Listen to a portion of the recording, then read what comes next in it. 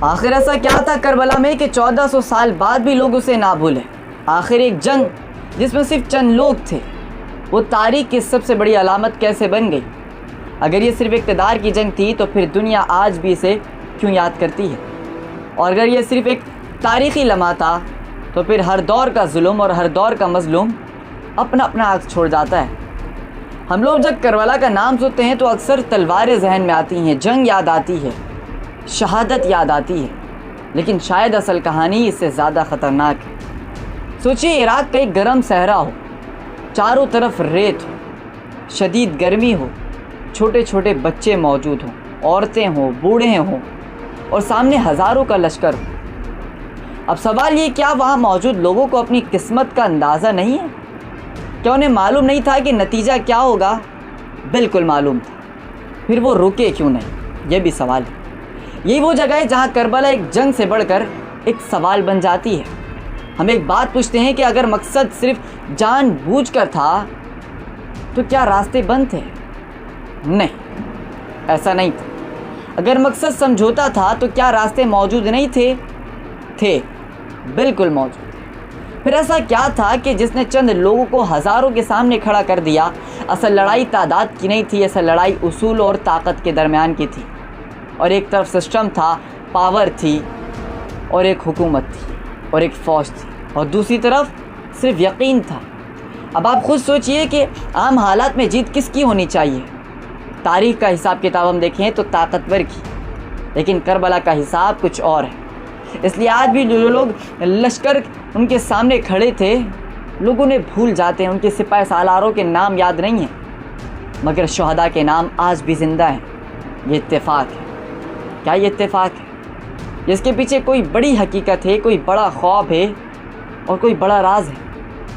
کربلا ہمیں ایک عجیب بات سکھاتی ہے، ہر زمانے میں دو راستے ہوتے ہیں، ایک آسان، ایک صحیح۔ آسان راستہ وہی ہے جو سکون دیتا ہے، اور صحیح راستہ اکثر قربانی مانگتا ہے، اور شاید اسی لیے کربلا ختم ہی قربانی پر ہوتی ہے۔ ہر دور میں پیدا ہوتی ہے، کبھی سیاست میں، کبھی معاشرے میں، کبھی عدالتوں میں، اور کبھی نظام میں، کبھی عام انسان کی زندگی میں، اور روزمرہ کی زندگی میں۔ ہم سب کی زندگی میں ایک لمحہ ضرور آتا ہے جب ہمیں فیصلہ کرنا ہوتا ہے کہ سچ کے ساتھ کھڑا ہونا ہے یا طاقت کے ساتھ۔ اس لیے کربلا صرف ماضی نہیں، یہ ایک آئینہ ہے۔ اس لیے آئینے میں ہر انسان کو خود کو دیکھنا چاہیے۔ اب سوال یہ کہ کربلا کی اصل طاقت تلوار تھی یا وہ نظریہ جس نے شکست کو بھی تاریخ کی سب سے بڑی فتح قرار دیا؟ اور سب سے بڑا سوال، اگر ہم اس وقت وہاں ہوتے تو کیا کرتے؟ جی، کہانی شروع ہوتی ہے مدینہ منورہ سے، وہی مدینہ جہاں اسلام کی بنیادیں مضبوط ہوئیں، وہی مدینہ جہاں پر نبی کریم صلی اللہ علیہ وسلم کی یادیں ہر گلی میں پیوست تھیں۔ لیکن وقت بدل چکا تھا، حکومت بدل چکی تھی، اور اب ایک نیا سال سامنے تھا۔ بیعت کا سوال تھا، اطاعت کا سوال تھا، اصولوں کا سوال تھا۔ ہم ایک بات پوچھتے ہیں، اگر کسی شخص کے سامنے دو راستے ہوں، ایک خاموشی کا اور ایک مزاحمت کا، تو وہ کیا چنے گا؟ زیادہ تر لوگ خاموشی چنیں گے، کیونکہ خاموشی سکون دیتی ہے، محفوظ کرتی ہے۔ لیکن تاریخ ہمیشہ محفوظ ان لوگوں کو کرتی ہے جو مشکل کو چنتے ہیں۔ کبھی کبھی تاریخ ان لوگوں کو یاد رکھتی ہے جو خطرہ دیکھ کر پیچھے نہیں ہٹتے۔ اور حضرت حسین رضی اللہ تعالیٰ عنہ نے مدینہ چھوڑ دیا، مکے کی طرف روانہ ہو گئے۔ اب سوال یہ ہے، کیا وہ جنگ چاہتے تھے؟ اگر مقصد جنگ تھا تو راستے میں خاندان کیوں ساتھ تھا؟ بچے کیوں ساتھ تھے؟ عورتیں کیوں ساتھ تھیں؟ بزرگ کیوں ساتھ تھے؟ یہاں ایک بہت اہم نقطہ سامنے آتا ہے۔ کربلا کی پوری کہانی کو سمجھنے کے لیے یہ سوال ضروری ہے کہ کیا شخص جو جنگ چاہتا ہو وہ اپنے پورے خاندان کے ساتھ لے کر نکلتا ہے، یا وہ کوئی اور مقصد لے کر سفر کے لیے روانہ ہوتا ہے؟ اور اسی دوران کوفہ سے خطوط آنے لگے، ایک دو نہیں، دو چار نہیں، سینکڑوں خطوط۔ لوگ کہنے لگے کہ آئیے، ہم آپ کے ساتھ ہیں، ہم آپ کے ساتھ کھڑے ہوں گے، ہم آپ کی حمایت کریں گے، ہم کھڑے ہوں گے۔ لیکن ہم لوگ تاریخ میں ایک چیز بار بار دیکھتے ہیں کہ لوگ وعدہ تو رکھتے ہیں لیکن اسے نبھا نہیں پاتے، اسے قائم نہیں رکھ پاتے، اور یہی آگ لگنے والی تھی۔ مسلم بن عقیل رضی اللہ تعالیٰ عنہ کو کوفہ بھیجا گیا۔ ابتدا میں ہزاروں لوگ ساتھ تھے، فضا بدلتی ہوئی محسوس ہونے لگی، لگنے لگا کہ شاید حالات واقعی بدل چکے ہیں۔ اور پھر اچانک پاور حرکت میں آئی، سسٹم حرکت میں آیا، دباؤ آیا، خوف آیا، اور جو لوگ کل تک ساتھ تھے وہ آہستہ آہستہ غائب ہونے لگے۔ اب ہم خود سے سوال پوچھتے ہیں، کیا ہمت صرف نعرے لگانے کا نام ہے یا مشکل وقت کے ساتھ کھڑے ہونے کا نام ہے؟ مسلم بن عقیل تنہا رہ گئے اور پھر شہید کر دیے گئے۔ یہ خبر جب حضرت حسین رضی اللہ تعالیٰ عنہ تک پہنچی تب بھی سفر ختم نہیں کیا، تب بھی سفر جاری رکھا۔ یہاں بہت سے لوگ سوال کرتے ہیں کہ واپسی کیوں نہ ہوئی، رک کیوں نہیں گئے، لیکن شاید اصل سوال کچھ اور ہے۔ کیا اصول آسان ہوتا ہے؟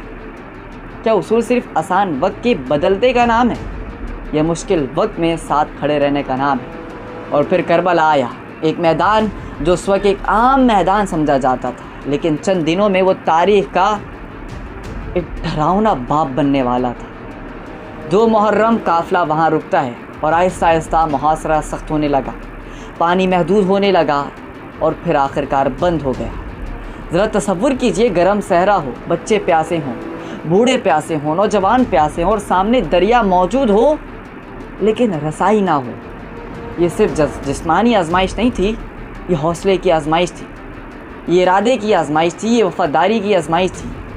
اور پھر عاشورہ کی صبح آئی، وہ صبح جسے دنیا کبھی نہیں بھول سکی۔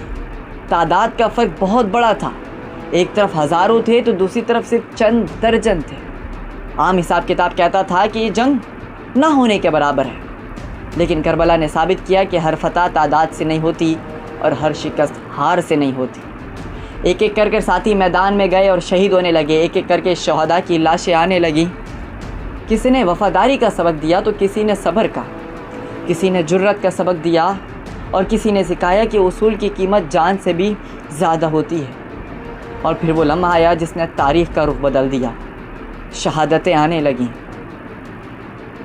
اور شہادت ہو گئی، جنگ ختم ہو گئی، لیکن کہانیاں ختم نہیں ہوئی۔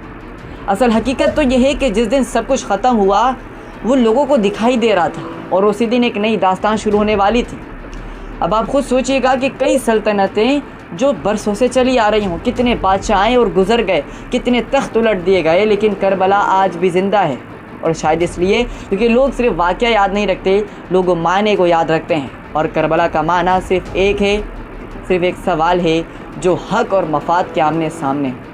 تو انسان کس طرف کھڑا ہوتا ہے؟ اور سب سے بڑا سوال کہ کربلا ایک تاریخ کا باب ہے اور ہر دور میں ہر انسان کے سامنے کربلا آتا ہے، کیونکہ وقت بدلتا رہتا ہے، چہرے بدلتے رہتے ہیں، حالات بدلتے رہتے ہیں، لیکن اصل مفاد اور اصل شخصیت باقی رہتی ہے۔